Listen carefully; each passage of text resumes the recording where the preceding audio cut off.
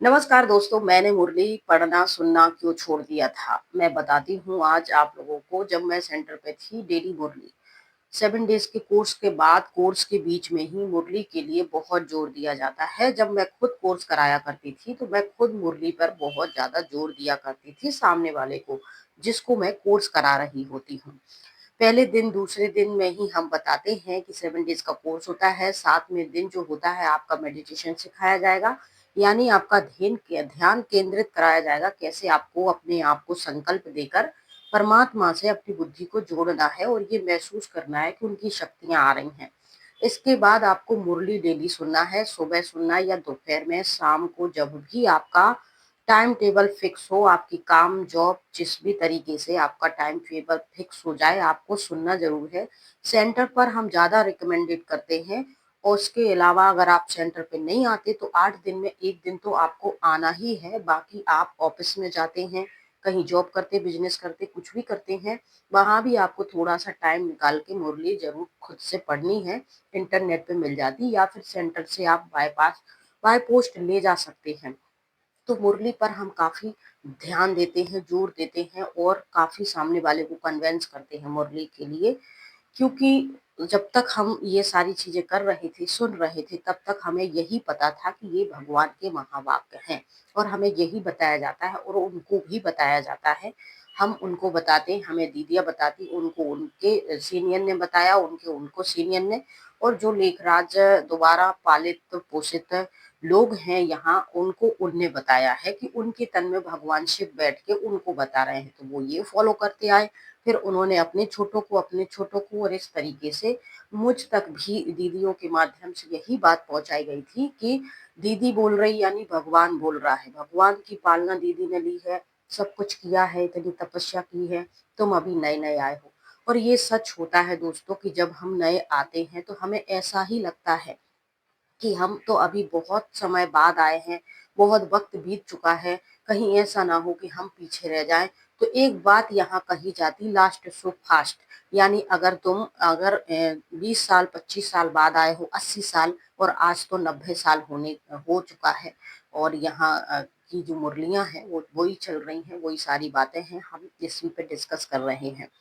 तो उस मुरली में होता क्या है, लास्ट सुपास्ट वो हर किसी के लिए होता है। कुछ एक दो चार बातें कॉमन होती हैं, जिसको सुन सुन के मुझे ऐसा लगने लगा था कि अब मुझे ये मुरलियां नहीं सुननी है।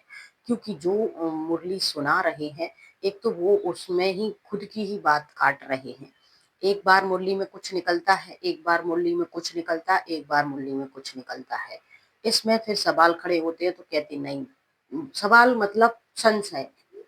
यानी आप यहाँ कुछ भी ज्ञान से संबंधित, राजयोग से संबंधित, वेद शास्त्र से संबंधित, मुरली से संबंधित, भगवान से संबंधित, आत्मा पर कुछ भी आप सवाल उठाओ, आपके पास सिर्फ एक ही सवाल छोड़ देंगे कि आप संशय बुद्धि हो, आप समझ नहीं पा रहे हो, आप ज्ञान को समझ नहीं पा रहे हो। तो वो कॉमन बातें क्या होती हैं जो मुरली में 100 वर्षों से आज तक, 90 वर्षों से निकलती ही आ रही हैं, वो सारी चीजें होती हैं।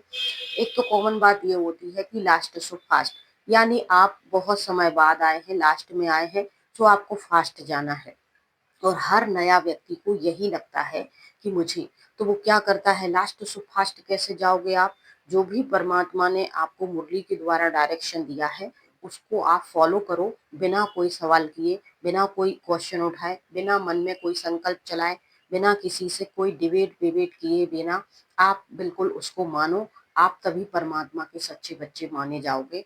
नहीं तो संशय बुद्धि माने जाओगे। थोड़ा सा भी माया ने छेद किया, वहां से माया का पूरा कुटुंब कबीला आ जाएगा और तुम्हें खचोड़ के ले जाएगा, पकड़ के ले जाएगा। ऐसे करते हैं। अब ये डराने के लिए है या ये सच है, क्या है, चलिए आगे देखते हैं।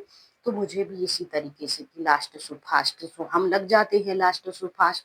अब 4-5 साल तो लास्ट सो फास्ट में ही गुजर जाते हैं, तो हमें मालूम ही नहीं चलता है कि ये हो क्या रहा हमारे साथ।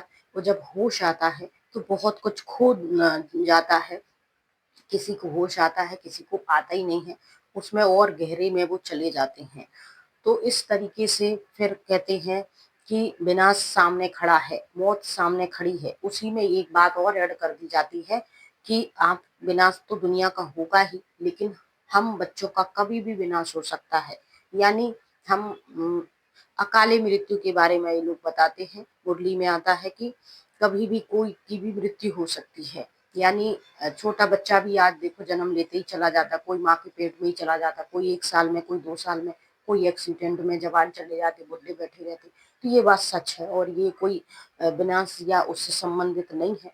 कुछ लोगों की लापरवाही होती, कुछ बीमारियां होती हैं, कुछ अ, मौत जो अटल होती है वो आ जाती है। इसका मतलब ये नहीं है, क्योंकि जो आपसे ये बातें कह रहा है यानी मुरली सुना रहा है, उसने भी तो सुनी होंगी, लेकिन उसकी जो रहन सहन की स्थिति है वो पहले से बेहतर होती जा रही है। ऐसा नहीं है कि उसके अंदर कोई वैराग वृत्ति आ रहा है। आज मैं हूँ एक साधारण परिवार से, मिडिल क्लास से यहाँ आई, मेरा साधारण खाना पीना, साधारण पहनना सब कुछ था, लेकिन यहाँ रहते रहते मेरे अंदर जो रहन सहन की जो स्थिति है, पहनावे की, खाने पीने की, वो चीजें इम्प्रूव हो रही हैं, बजाय इसके कि मैं सन्यासी और बन जाऊं। तो ये सारी चीजें होती हैं। ये चीजें मुझे बहुत ज्यादा डिस्टर्ब करती थी कि दीदी कहती है मैं 50 साल से यहाँ तपस्या कर रही हूँ और 50 साल में मेरे पास एक सेंटर था, एक ही कमरा था शटर वाला। और शुरू में जब मैं आई थी डिब्बे में मेरे सब सामान रखा था, एक टीन का डिब्बा था। उसके बाद मुझे मैंने धीरे धीरे ये सारा कुछ किया। तो ये सारा कुछ तुमने क्यों किया?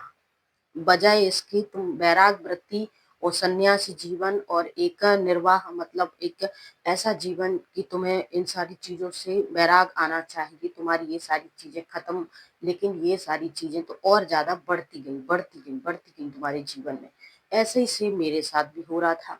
मैं आई थी 2 जोड़ी कपड़े लेकर, साधारण सी स्थिति, प्याज लहसुन बंद कर दिया। धीरे धीरे मुझसे, मैंने अपने मन से ये सारी चीजें नहीं कही, लेकिन यहीं रहने वाले यहाँ के जो पुराने भाई बहन फॉलोअर्स थे वो कहते थे अच्छे कपड़े पहनो, अच्छे प्रेस करो। मुरली में भी ये निकलता था, कपड़ा चाहे 10 जगह से फटा हो, सिलाई मारा हुआ हो, लेकिन साफ सुथरा हो, प्रेस किया हुआ हो, कहीं से छल ना हो। ये भगवान आपसे कहेंगे कि आप कपड़े ऐसे पहनो कि कहीं से बिल्कुल कोई सल ना हो। ये भी निकलता है। लास्ट सुभाष, संकल्प मात्र में भी अपवित्रता का संकल्प नहीं आना चाहिए। तो अपवित्रता, फिर अपवित्रता की डिटेल भी बताते हैं कि काम क्रोध लोभ मोह अहंकार तो है ही, उसके अलावा भी अगर आपको लोभ है, लालच है, किसी चीज में आसक्ति है, कपड़ा है, पैसा है, कोई वस्तु है खाने पीने की, इसमें भी ये भी अपवित्रता में ही आता है। तो ये मैंने दीदियों के अंदर भर भर के नोट किया कि उनके अंदर कपड़ा, कपड़ा भले वाइट पहनते हैं, इसका मतलब ये नहीं है कि वाइट कपड़ों में भी क्वालिटी नहीं होती है। एक होता है 10 रुपए मीटर वाला कपड़ा, एक 20 मीटर, एक का 50 रुपए मीटर, एक होता है 100 रुपए मीटर। और आप जितने चाहे आगे चले जाओ, तो इनकी कोशिश ये रहती है कि आज हमने 20 रुपए मीटर वाला कपड़ा पहना है तो कल 50 रुपए मीटर वाला, और उसके अलावा 200 500 ऐसे। कपड़ा वाइट ही है देखने में, और सामने इनके फॉलोअर्स यानी हम सबको लगता है कि वाइट ही पहना जा रहा है, लेकिन उसमें भी क्वालिटी होती है। और फिर उसमें भी कंपटीशन शुरू हो जाता है कि अरे तुमने इतना क्वालिटी वाला, इतना ब्रांडेड कपड़ा, इतना ब्रांडेड जूता चप्पल पहना हुआ है। ये सारी चीजें इसमें हो जाती हैं। तो ये, लेकिन जो नया होता है वो व्यक्ति सोचता है कि अरे संकल्प मात्र में भी आसक्ति होनी चाहिए।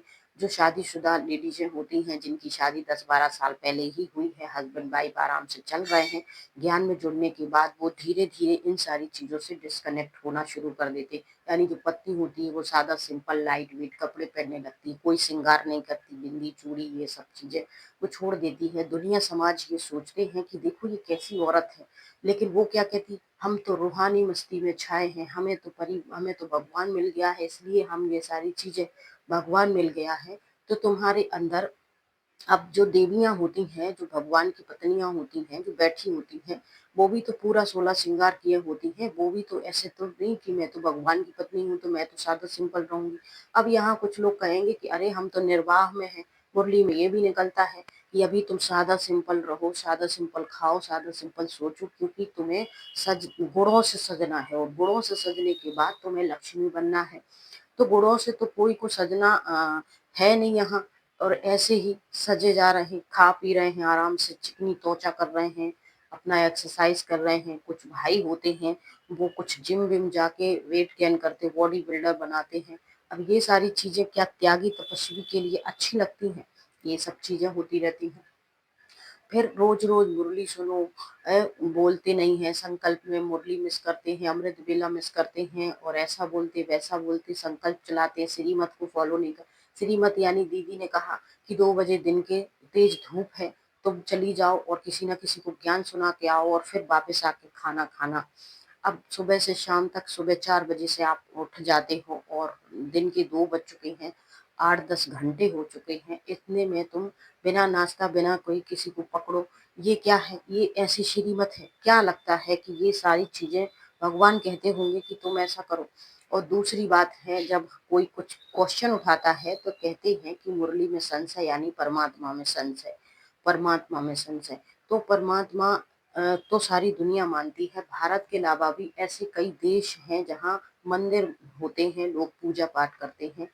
तो सारी दुनिया के लोग भगवान को मानते हैं, लेकिन भगवान को मानते इसलिए हैं क्योंकि उन्हें लगता है कि भगवान उनके सारे गुनाहों को माफ कर देगा, उनको प्यार करेगा और एक प्यार की चाहत में ही ईश्वर से हर एक इंसान जुड़ता है। तो हम भी जुड़ते हैं, लेकिन यहाँ कहते हैं कि जो भगवान का ज्ञान है, जो भगवान की बातें हैं, वो हर किसी की समझ में नहीं आएंगी। हर किसी की समझ में कैसे नहीं आएंगी जब हर किसी को भगवान ने बनाया, हर कोई भगवान का बच्चा है।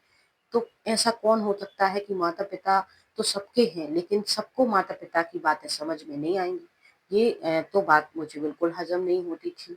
संशय मात्र भी, अब जो बहन बैठ के बिल्कुल ठोक ठोक के, इशारा करके, उंगली कर करके आपको बता रही है कि श्रीमत पे नहीं चल रहे हो, ये नहीं कर रहे हो, वो नहीं कर रहे हो, और उनके अंदर भी हम ये सारी चीजें बहुत समय से नोट करते आ रहे हैं कि ये भी तो कुछ श्रीमत पालन नहीं कर रही, इनकी जुबान में भी मिठास नहीं है, इनके अंदर भी कोई दैवी गुण नहीं है, ये कौन सी चीजों से आसक्त हैं, कौन सी देह भान में ये नहीं रहती। ये सारी चीजें जब मैं नोट करी तो मैंने धीरे धीरे करके मुरली को सुनना छोड़ दिया, पढ़ना भी छोड़ दिया, क्योंकि मुझे ऐसा लगने लगा था कि भगवान की बातें जो हैं, जब कोई मानना ही नहीं है किसी को, तो फिर ये सारी चीजें देख बात, और फिर धीरे धीरे करके मुझे ये सारी चीजें सामने आई कि क्या ऐसा होगा कि भगवान की बातें जो हैं कुछ ही लोगों को समझ में आएंगी, सबको समझ में नहीं आएंगी। क्या भगवान इतना उलझा हुआ है, क्या सुलझा हुआ नहीं है? मुझे तो एक ही बात समझ में आती है कि ईश्वर प्रेम के सागर हैं, और प्रेम की भाषा जो होती है जानवरों को भी समझ में आती है, मनुष्य तो आप छोड़ ही दो। क्योंकि प्रेम एक ऐसी चीज होती है, प्रेम की ही लगन में मीरा श्याम में समा गई थी, प्रेम की ही लगन में सीताराम के साथ दर दर भटकने चली गई थी। और एक प्रेम ही होता है जो मनुष्य को ईश्वर से जोड़ता है। एक भरोसा होता है, आस्था विश्वास होती है, एक चाहत होती है कि ये जो तमन्नाएं हैं, चाहत हैं, हमारी भगवान पूरी करेंगे। तो ये कुछ चीजें होती हैं जो हमें ईश्वर से जोड़ती हैं। ईश्वर हमें प्रेम करने के लिए आता है, साथ लेने के लिए आता है। जब हमें कहीं से प्यार मिलता है, अपनापन मिलता है, तो हमारे अंदर जो बुराइयां होती हैं वो अपने आप ही छूटना शुरू हो जाती हैं।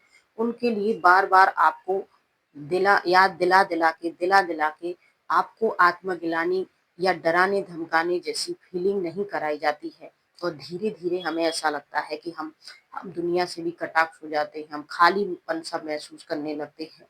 जो लोग ये कहते हैं कि उनका परिवार सुखी संपन्न है, सब कुछ है, वही होगा आपका परिवार, अच्छी बात है, खुश रहो आप। अगर आपको भी कुछ जानकारी ऐसी है, कुछ गलत चीजें लगती हैं, तो आप बात जरूर रखिए, क्योंकि ये आपकी या मेरी बात नहीं है, बहुत सारे लोगों की है जो कुछ कह नहीं पाते हैं, लेकिन सच में वो कुछ ना कुछ खालीपन सा फील जरूर कर रहे हैं, वो भी कुछ कहना चाहते हैं। तो कुछ गलत लगता है तो कहिए, आप सवाल उठाइए, कोई बुरी बात नहीं है। तो मुरली तो इनकी और भी सारी बातें निकलती हैं, तो मैं अगली वीडियो में आपको वो सारी बातें भी बताऊंगी। इस कहानी में फिलहाल इतना ही। जय हिंद, जय भारत।